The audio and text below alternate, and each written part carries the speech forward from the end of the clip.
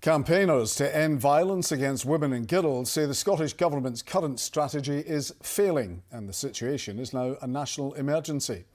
A vigil was held this morning to remember the 46 women in Scotland who've been killed by men in the last 5 years. Activists say young women are now more at risk than ever. Our political reporter Laura Alderman has more. Mary fell. Don Trusler. Emma Baillie. One by one, 46 roses are laid for the 46 women who lost their lives to male violence over the past 5 years. Jill Barclay, Stacey Warner.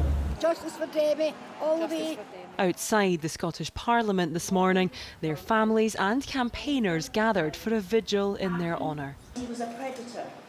Its organisers say the Scottish Government's strategy to reduce violence against women and girls is failing, and it's now a national emergency. When you look at the stories of the 46 women who have been killed, the stories are brutal, really fundamentally brutal.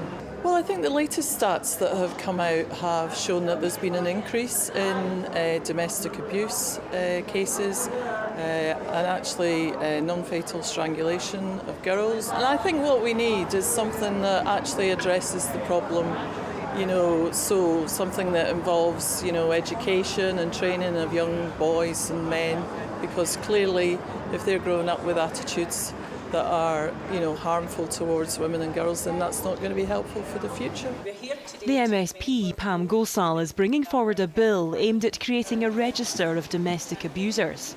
For domestic abuse, I think the Scottish Government's whole strategy is failing.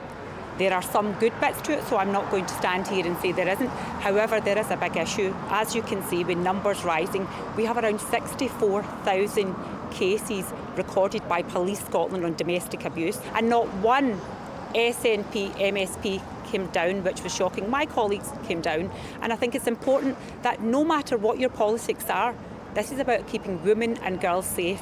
Today, the First Minister said these crimes are totally unacceptable and will continue to implement the £21 million Equally Safe strategy, which focuses on prevention. Those remembering victims here today hope this vigil can be a catalyst for change. Laura Alderman, STV News, Holyrood.